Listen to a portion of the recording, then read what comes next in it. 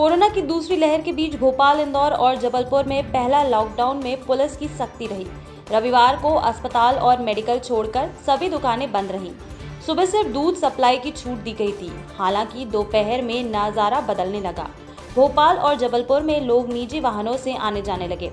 Police ने भी सुबह जैसी सख्ती नहीं दिखाई। वहीं इंदौर में दोपहर बाद पुलिस सख्त हुई। छिंदवाड़ा में भी लोगों ने स्वेच्छा से बाजार बंद रखे। सुबह 9 बजे तक लोगों की आवाजाही सड़कों पर नहीं रुकी तो पुलिस ने सख्ती शुरू कर दी। पूछताछ के बाद जिन्हें छूट दी गई थी उन्हें जाने दिया गया। एयरपोर्ट और रेलवे स्टेशन जाने वालों को 2 गुना किराया देना पड़ा। इंदौर के रीगल चौराहे पर बेवजह सड़क पर निकले एक युवक को पुलिस ने डंडा मारकर घर भेजा। बाद में दोपहर बाद पुलिस की सख्ती में कमी आई। निजी वाहनों से लोगों की आवाजाही शुरू हो गई।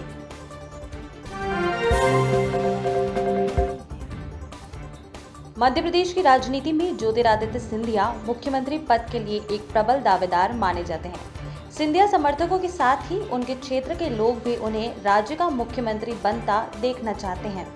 ऐसे में अब सिंधिया समर्थक तुलसीराम सिलावट ने एक ऐसी बात कह दी है जिससे ये साफ होता है कि एमपी में सिंधिया को सीएम शिवराज सिंह चौहान के बराबर का ही दर्जा दिया जाता है। दरअसल मौका था सिंधिया के बीजेपी में 1 साल पूरा करने का। इस मौके पर सिंधिया समर्थक काफी उत्साह में दिखे। इसी क्रम में सिंधिया के समर्थक तुलसीराम सिलावट ने इशारों में सिंधिया को प्रदेश का मुख्यमंत्री बता दिया। तुलसीराम सिलावट ने अपने सोशल मीडिया अकाउंट से एक तस्वीर शेयर की है जिसमें सीएम शिवराज और सिंधिया साथ खड़े हैं और उनके पीछे बैकड्रॉप में 2 टाइगर्स की तस्वीर है। ये फोटो शेयर करते हुए सिलावट ने लिखा है कि मध्य प्रदेश की भ्रष्ट जन विरोधी सरकार को उखाड़ फेंक भाजपा की जन हितैषी सरकार स्थापित करने वाले मध्य प्रदेश के 2 टाइगर। तुलसीराम सिलावट के इस ट्वीट के सामने आने के बाद से ही कहा जा रहा है कि क्या सिंधिया समर्थक अपने महाराज को ही राज्य का मुख्यमंत्री समझते हैं, क्योंकि तस्वीर में सिंधिया और शिवराज दोनों को ही प्रदेश का टाइगर कहा जा रहा है और चूंकि शिवराज प्रदेश के मुख्यमंत्री हैं, ऐसे में सिंधिया को भी टाइगर कहा जाना क्या इस बात की ओर इशारा है कि सिंधिया भी प्रदेश के मुख्यमंत्री के ही बराबर हैं।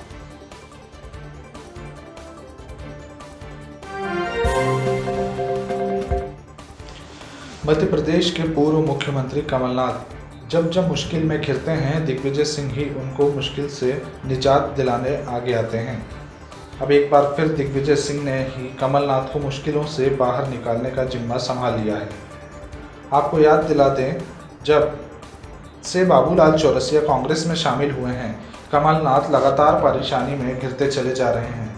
बाबूलाल चौरसिया ग्वालियर के एक पार्षद थे जो हाल ही में कमलनाथ की मौजूदगी में कांग्रेस में शामिल हो गए। चौरसिया का वार्ड देश का एकमात्र ऐसी जगह है जहां नाथूराम गॉडसे का मंदिर बना है। कांग्रेस हमेशा से ही गॉडसे का विरोध करती रही है। ऐसे में गॉडसे भक्त के कांग्रेस में शामिल होने के बाद सिर्फ हिंदू महासभा बल्कि कांग्रेस में भी भूचाल आ गया है। कांग्रेस के ही कुछ नेताओं ने कमलनाथ के इस फैसले की आलोचना शुरू कर दी। हिंदू महासभा तो पूरे मामले पर कांग्रेस का नाम बदलने की ही गुहार लगाने लगी कि अब कांग्रेस का नाम बदलकर गॉडसे कांग्रेस किया जाना चाहिए। इस मामले में महासभा दिल्ली तक यात्रा भी करने वाली है। यह मुद्दा कांग्रेस भी जमकर गरमाया जब कमलनाथ मामले पर पूरी तरह अकेले पड़ते नजर आए। तब फिर उनका साथ देने दिग्विजय सिंह ही आगे आते नजर आ रहे हैं, जिन्होंने कहा कि चौरसिया तो पहले से ही कांग्रेस से थे, ये उनकी घर वापसी है। इस मामले को बढ़ा चढ़ाकर पेश किया जा रहा है। दिग्विजय ने यह भी कहा कि चौरसिया ने हिंदू महासभा में रहकर गॉडसे के पक्ष में जो भी कहा और किया वो इसकी माफ़ी मांग चुके हैं। इस बात से दिग्विजय सिंह ने ये साफ कर दिया है कि वो फिर कमलनाथ के बचाव में आगे आ चुके हैं।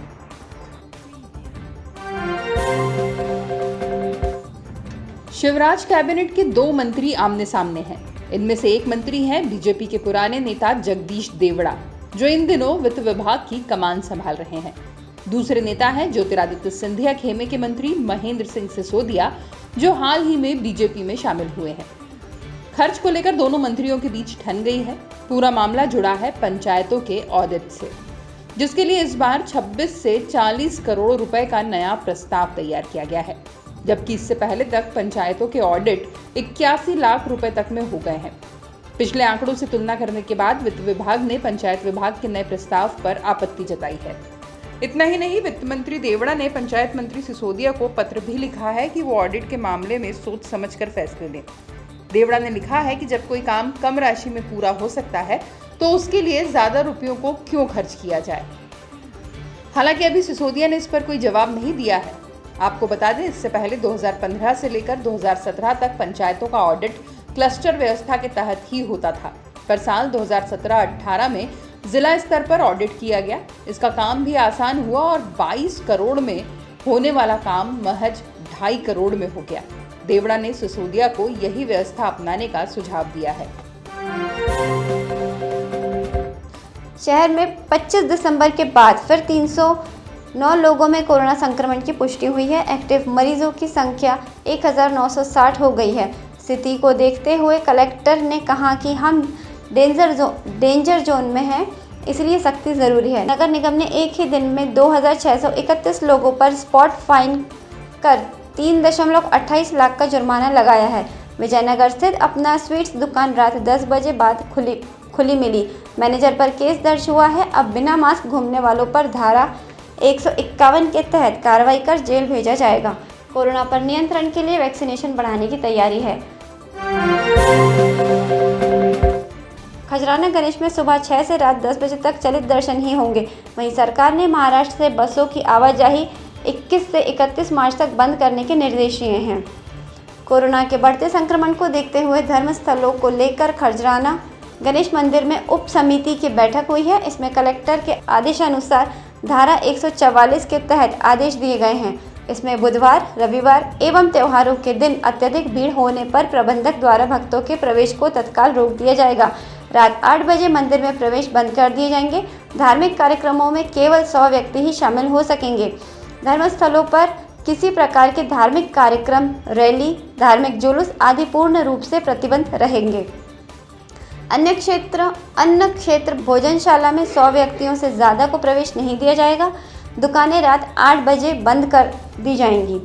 रात 8 बजे प्रसाद या सामग्री का विक्रय प्रतिबंधित रहेगा।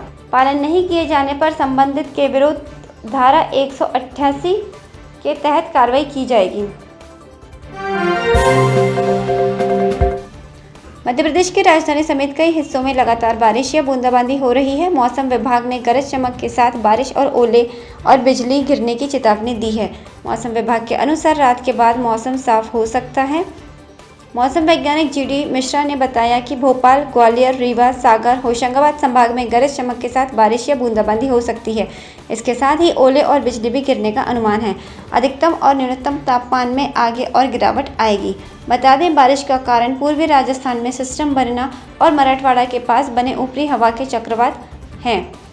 मौसम में अभी नमी होने के कारण आगे भी बारिश की संभावना बनी हुई है। प्रदेश में पिछले 24 घंटे में भोपाल समेत कई संभाग के हिस्सों में बारिश दर्ज की गई। इसके अलावा शाजापुर मध्य प्रदेश में कोरोना के बढ़ते कहर को देखते हुए अब बोर्ड परीक्षा की तारीखों में बदलाव कर दिया गया है। 10वीं और 12वीं की बोर्ड परीक्षाओं में तारीखों में बदलाव करते हुए माध्यमिक शिक्षा मंडल ने संशोधित टाइम टेबल जारी कर दिया है। 10वीं की बोर्ड परीक्षा जहां पहले 30 अप्रैल से शुरू होकर 15 मई को समाप्त हो रही थी, तो अब वही 30 अप्रैल से शुरू होकर 19 मई तक चलेगी।